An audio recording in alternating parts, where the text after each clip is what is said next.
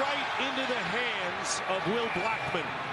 Blackmon on the return, still on his feet. And Blackmon down the sideline. And Blackmon finally gets tripped up inside the 10-yard line. I bring a special guest speaker on to motivate you and encourage you. And what we typically have as a topic, he's here. What we typically have as a topic is the champion mindset. So Will Blackmon played 12 years in the NFL. He's a Super Bowl champion. He is a father, a husband, and I had the opportunity to meet Will. And actually, when he and I met, we were competing against each other. And after we see this highlight of Will, I'll tell you the competition, and I'll tell you what I was stupid enough to do after you see this. They still could punt it away if they don't pick this up. To get to the 39-yard line for a first down. And the ball taken away. Stripped away by Will Blackmon. They just grabbed it from Ryan Fitzpatrick. Touchdown, Jacksonville. Wow. So anyway, what you saw was a gentleman playing to the highest level. It was a strip sack, touchdown. And the purpose of that and the real cool message in that was they wanted to give the coach the game ball because it would have been his first win with that team. That's the kind of character that this guy has.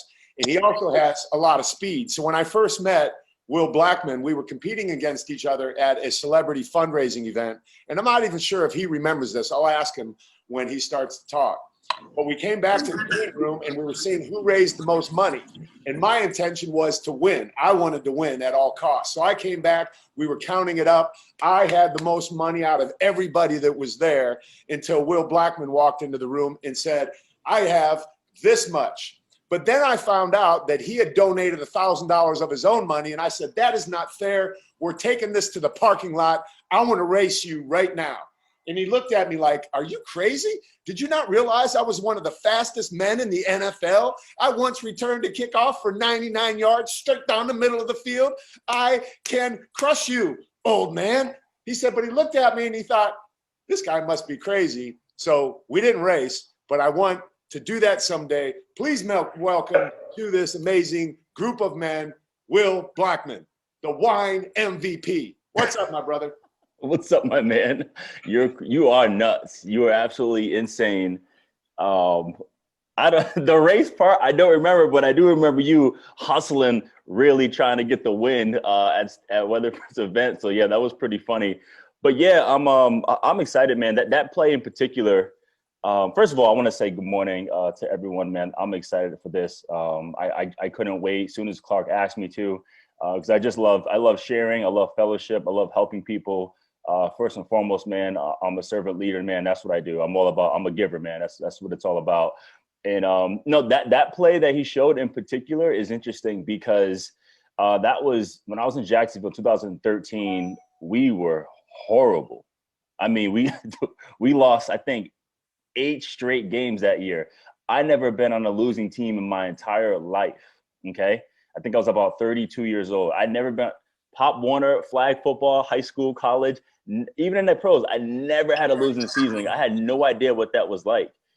So to go through that season was interesting, man. But I just remember our coach, Coach Gus Bradley. He's now the defensive coach for the Chargers, and he always talked about, like, you know, holding the vision and trusting the process, right? It's like, gosh, we're like, dude, we got to change something up, coach, because we haven't won yet. He's like, no, I believe in my system. I don't want to change because it's not working yet. It's going to work eventually.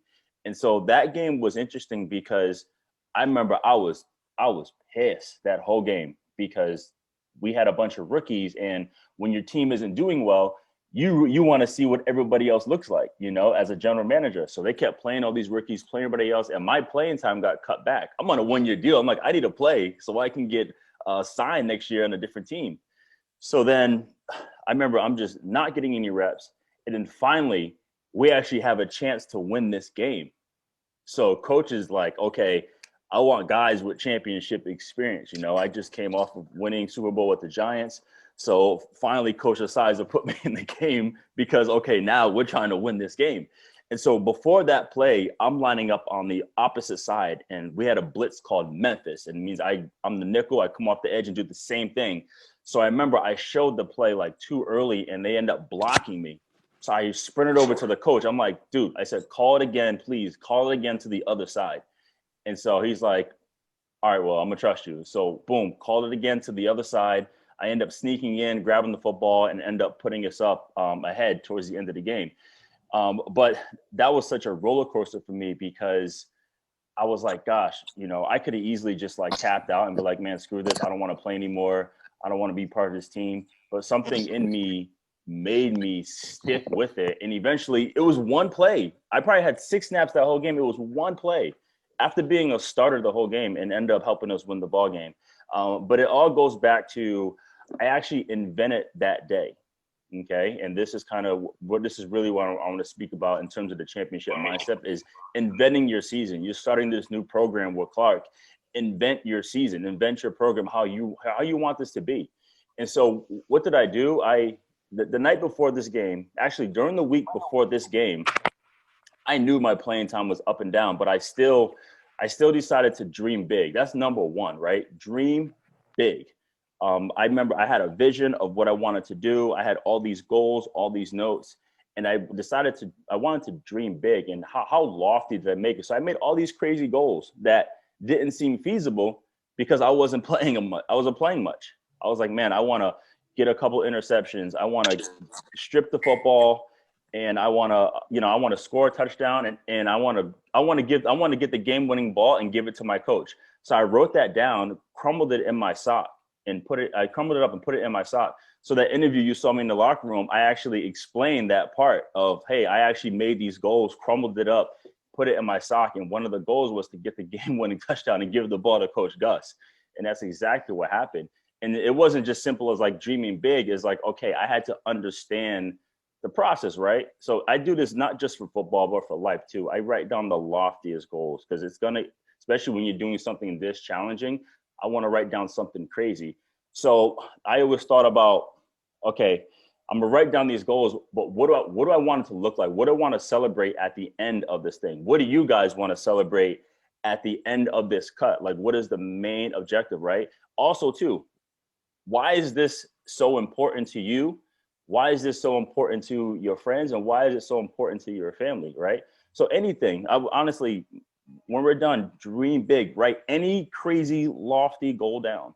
And you might not, you say you write down 20, you might hit 10 of them, but 10 of them might change your life. 3 of them might change your life, right? And so after you dream big, remember, this is still the process before this one game. I mean, I do this for a whole season. I do it for a game. I do it for anything else. Then you want to prepare for the hurdles, right? There's going to be some challenges.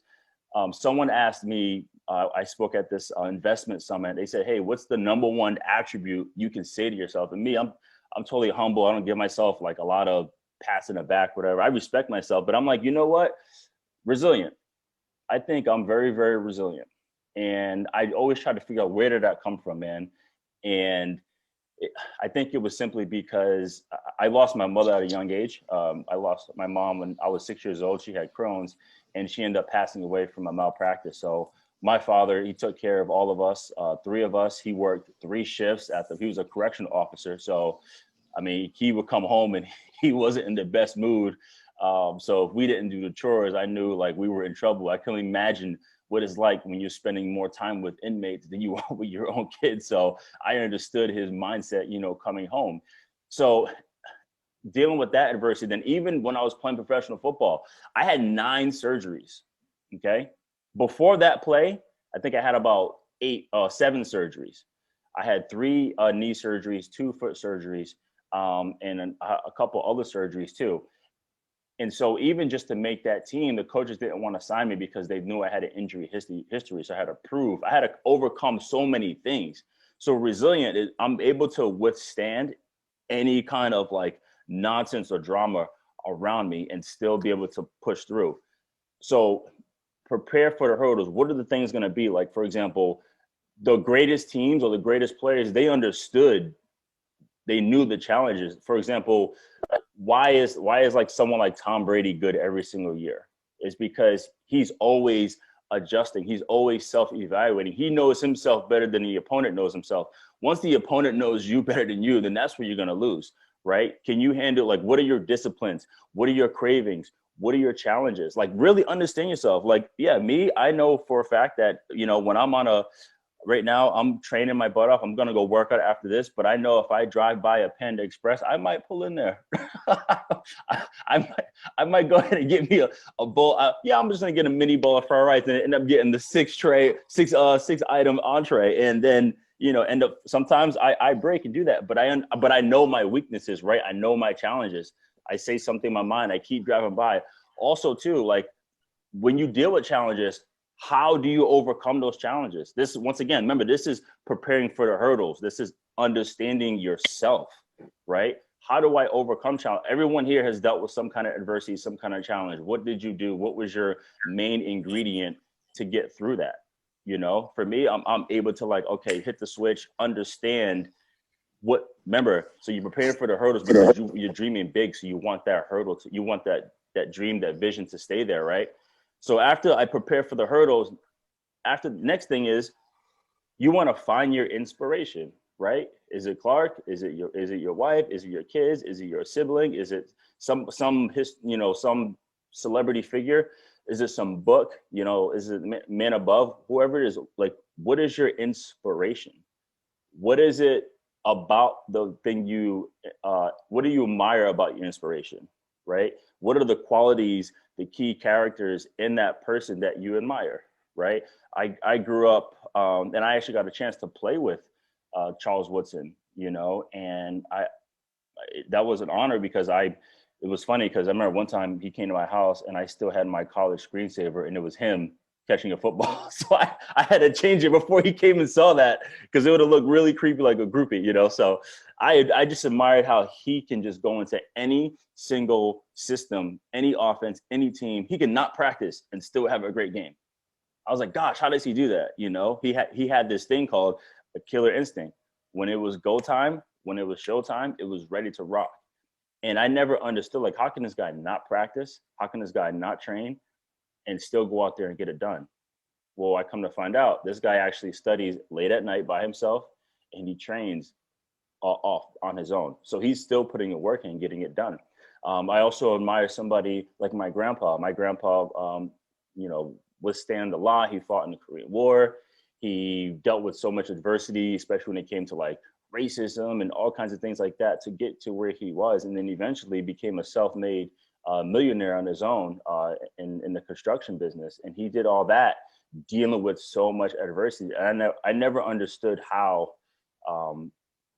someone like him could survive all the nonsense and still get through. So I admire all those guys who had these kind of characteristics. Same thing, my father. How do you work at the prison all day and still be able to provide for 3 kids?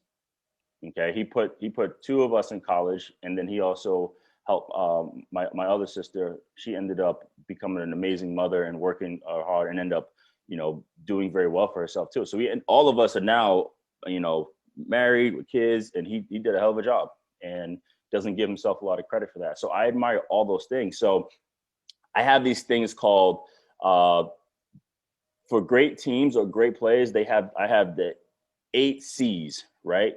8 C's for a championship team, 8 C's for a championship character, and all that. So number 1 is character, right?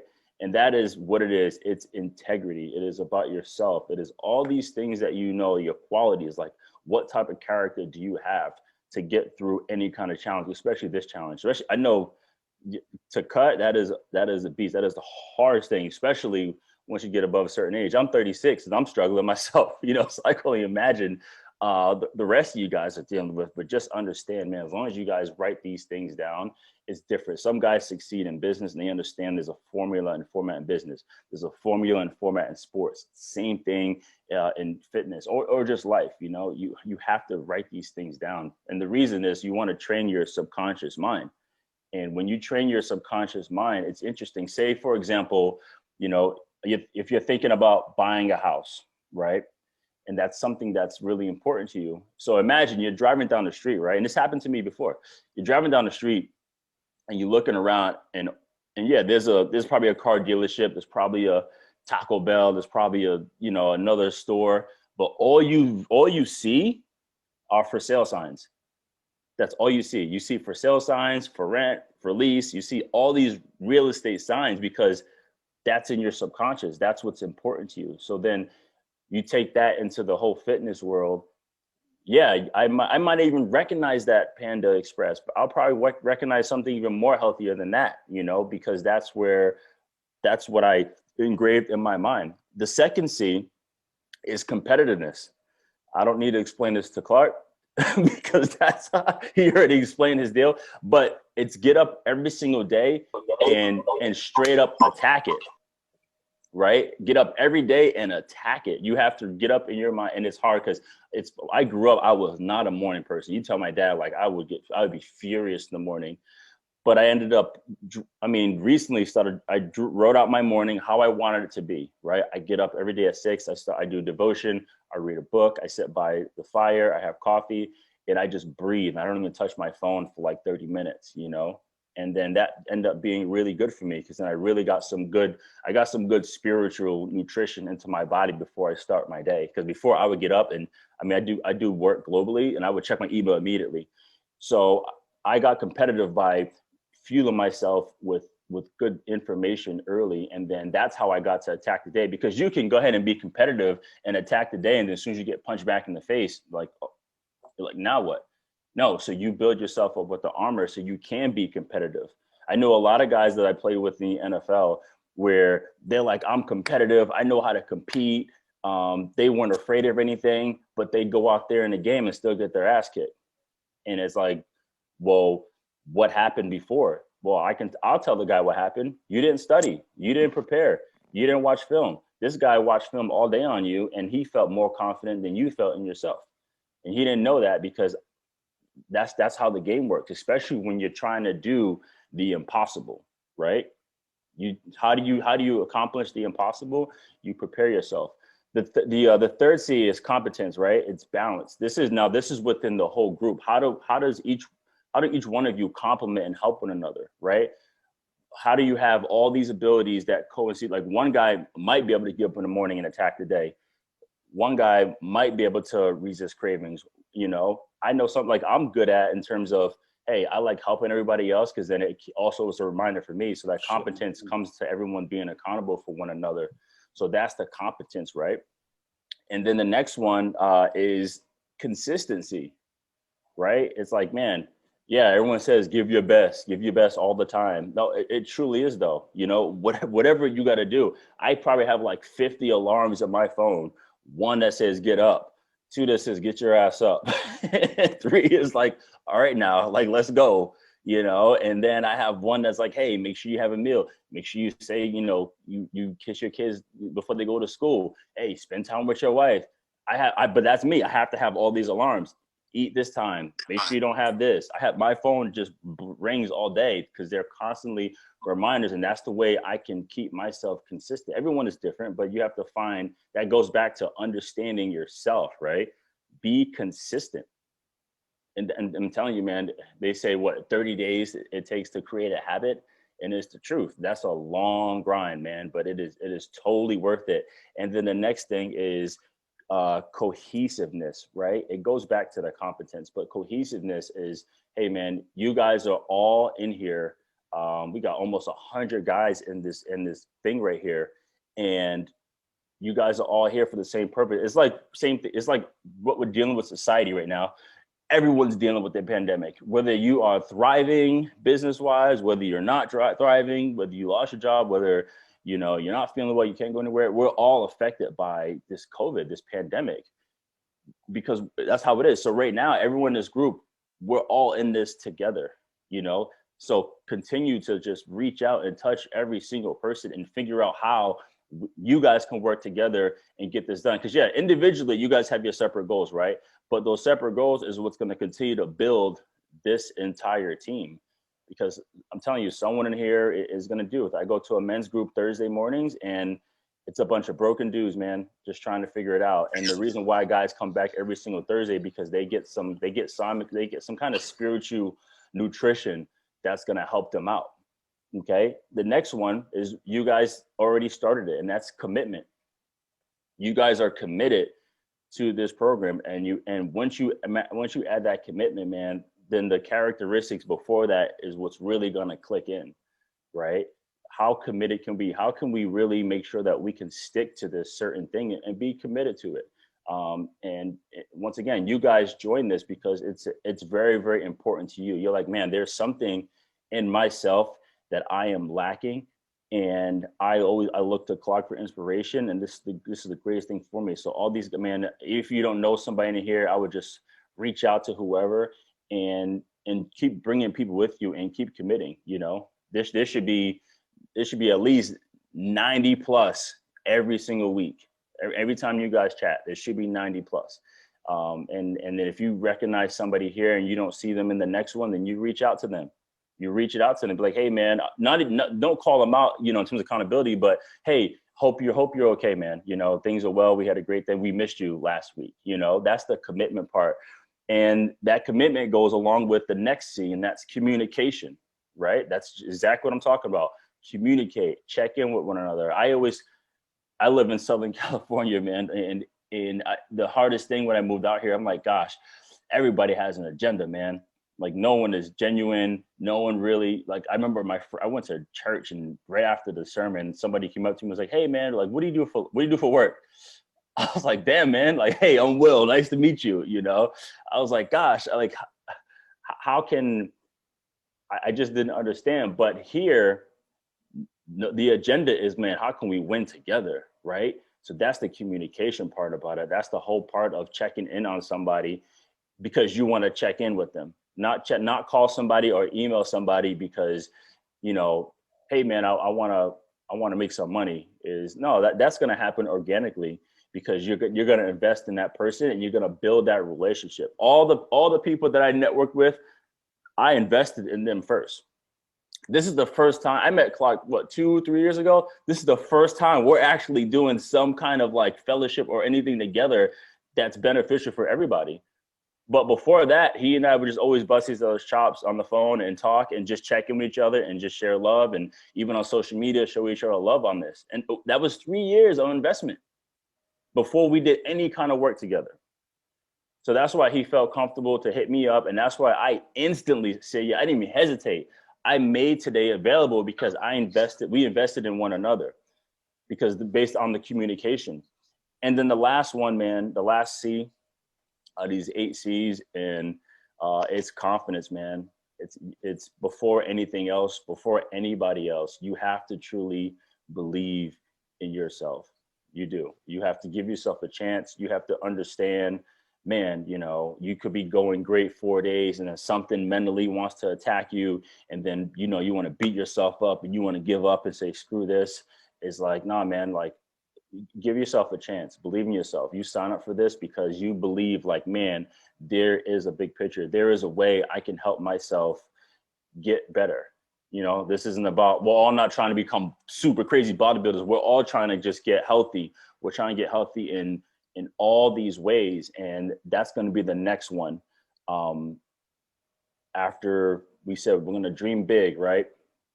Prepare for the hurdles, know the challenges, and then find your inspiration using these 8 C's. All the inspirations that you talked about, that you can think about, all the things that inspire you, they have the 8 C's in them.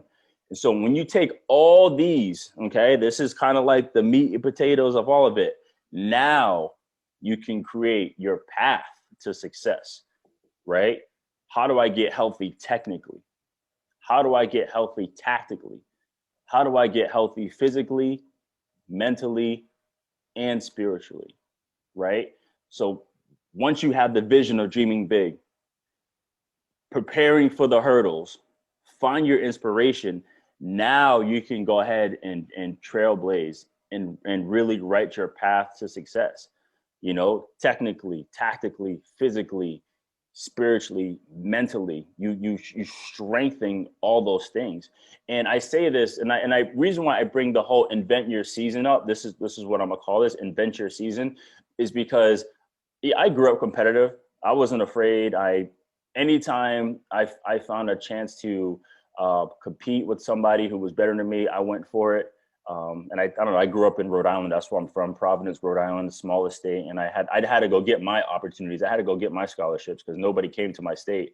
And so anytime I went to a situation where it was a chance for me to get better, I went for it, you know? But that was just my innate nature.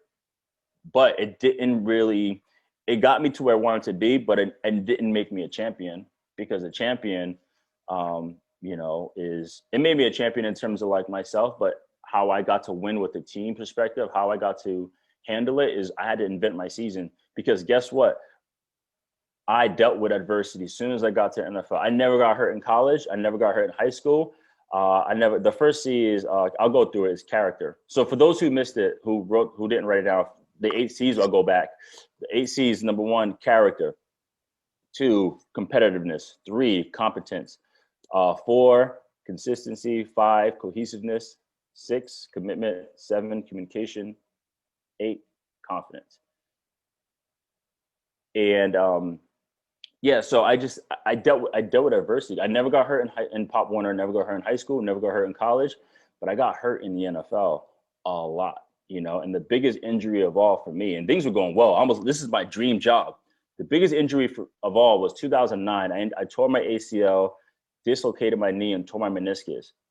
Not only did I do those things, but I did it during my contract year. All I had to do was stay healthy, and I would have got a vault of money. But guess what? I didn't. So I had to start over again.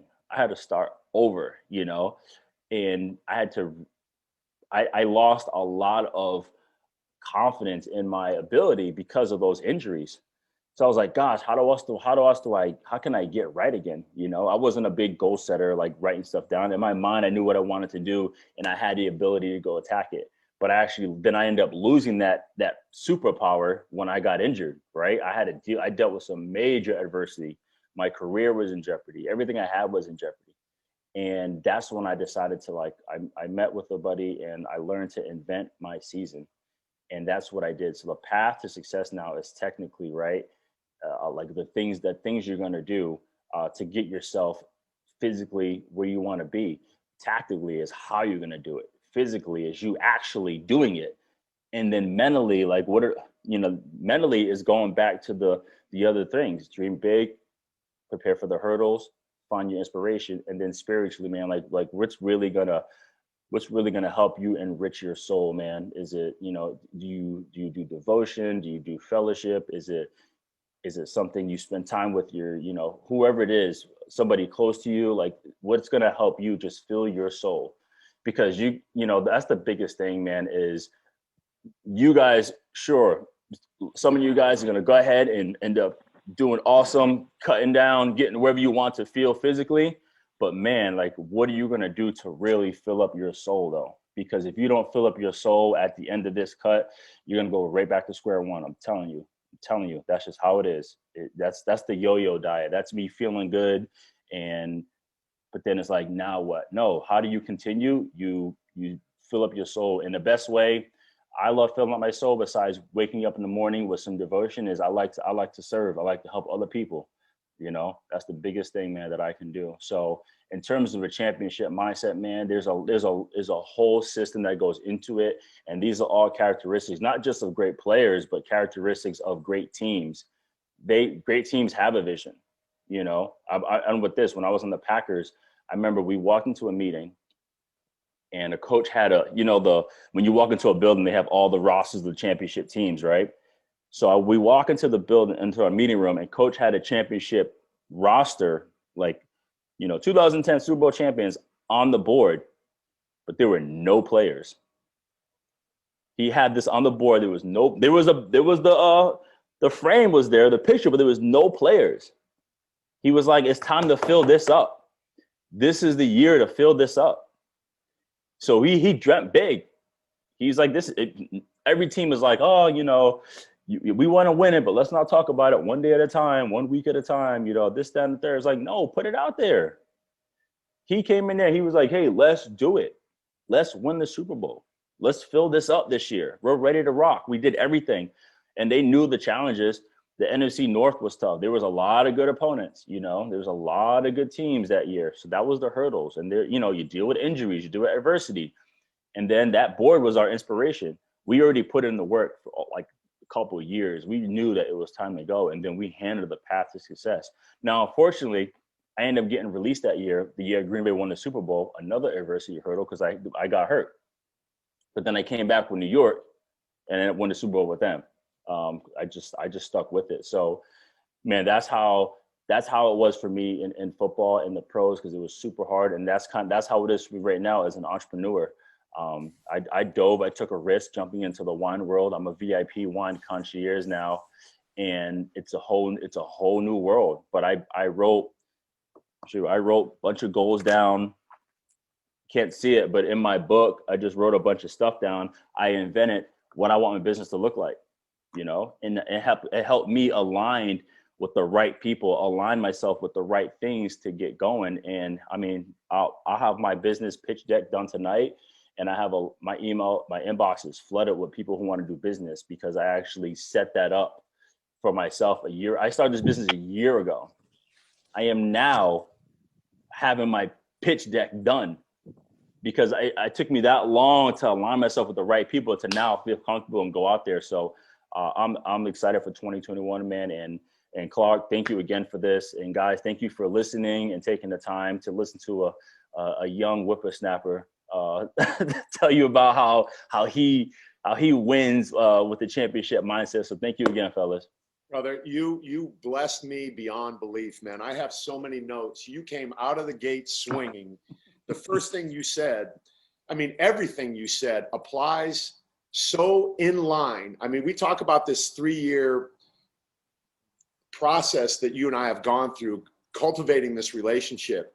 And it's so interesting to me, because everything you said is everything I say every day when I go live. And it's just a confirmation that I'm on the right path, doing the right thing. You came out of the gate and said, hold the vision, trust the process. Yeah. And there were so many other notes along the way that I can instantly go back to a live that I did yesterday or the day before and remember saying. So I'm just so grateful that you were open and willing to share with us today, because not only have you encouraged me beyond belief, I know that every single man here is now even more fired up to tackle this, to use a football term, that they're going to be more committed than any other time in their entire life, man. So guys, I want to give you the opportunity real quick. We got some homework we need to do to get you started, but does anybody have any questions for Will before we let him get back to his beautiful family? And if you have any questions about wine, you can hit him on the side for that, because that's the business. Yeah, I put my email in the chat, but really quick, Clark, I just want to say, like,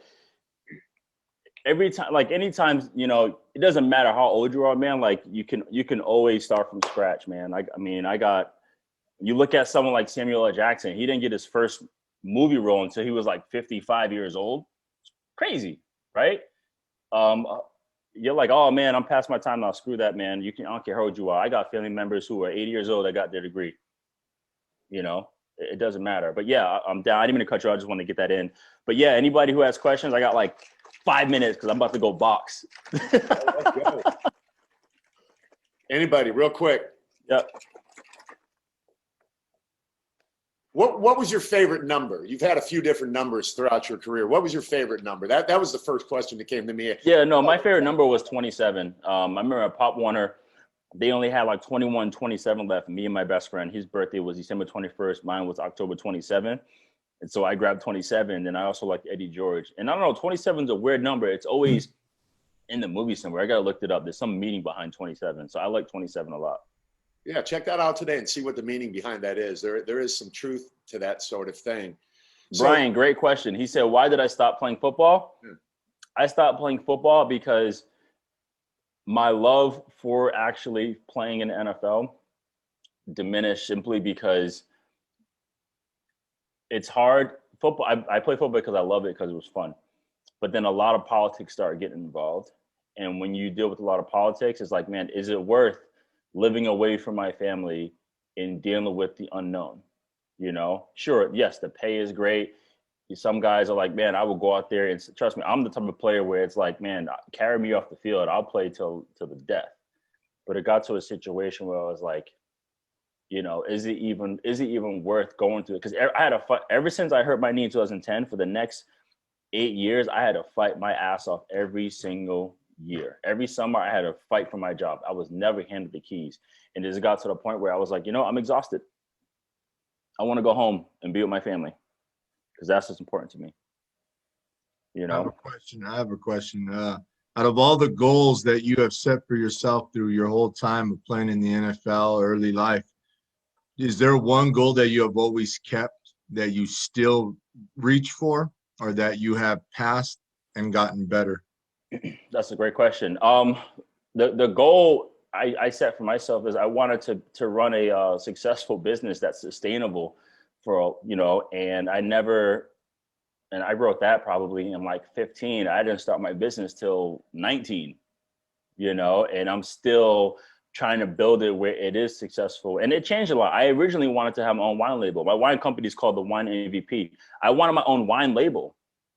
And I started doing my homework and research, and ended up changing where I don't have my own label. Now I have a concierge business, because I found out my strong suit is actually helping people find wine, helping people build their cellars, helping people go to tastings and trips. So I still stayed within the same field, but it changed a little bit, and I'm still building to get to that thing. I set about maybe, I think it was still at 15, I set about like 20 goals, and that was one of them. And that was 5 years ago. I'm still working on that one. You know what I'm saying? So that's a great question. Thank you. Someone asked me, what is my why now? My why is my wine. See, I'm all about the wine business. My why is, you know, Lord and Savior, man. That's my why. I'm all about the family business, man. It's his business. That's my why, man. Hey, Will, I have a question. When you guys were prepping for the Super Bowl, what was the energy like that week with that team? Because obviously you guys are playing, you know, Tom Brady. So this is a crazy story, right, about Coach Coughlin. Everyone knows how tough he is, how much of a hard ass he is. Like, he gets on everybody. So everyone's like, man, what was your pregame speech like? I was like, listen up, guys. So we get into the room the night before. First of all, we weren't even worried about New England, right? We were actually excited to play them. And Coach Coughlin starts to speak, and he goes around the room and he tells each guy how much he loves them. He calls out certain guys and tells stories of how they sacrificed for the team. We knew certain injuries that guys had we didn't know about, that Coach Coughlin pointed out. This guy needs surgery, but for 4 weeks he stuck it out and fought for us, and really went around the room to each person and showed how much he loved. Not once did he say, we got to knock the Patriots out. We got to hit Tom Brady. We know that. We've been practicing for 2 weeks. He don't need to tell us that. We know. It's Super Bowl. Like, if you're not ready for Super Bowl, go home, right? So he just went around and really just showed his love for each guy. And it's like, it's one thing to want to like break down walls because a guy is like giving you the vision of what it's like to win, but it's different to break down walls for somebody who loves you. That's different, right? You've seen someone disrespect your family, people you love, you black out, you have this psycho thing in your mind. I saw a little kid throw a football at my son. I almost lost it.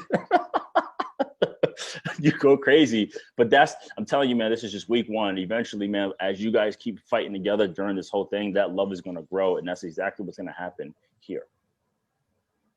I got time for 2 more. Let me see here. How did I deal with my injuries mentally? Rest or push through? Man, that's hard, because I remember when I tore my knee, I remember just lying on the turf, and excuse my language, I was like, oh shit. Like, that's it. My career is over. You always, any athlete, you're like, don't touch my knees. Do not touch my knees. I don't care what level athlete you're at. Even as someone who's physically fit, like, don't mess with my knees. I want to be able to run.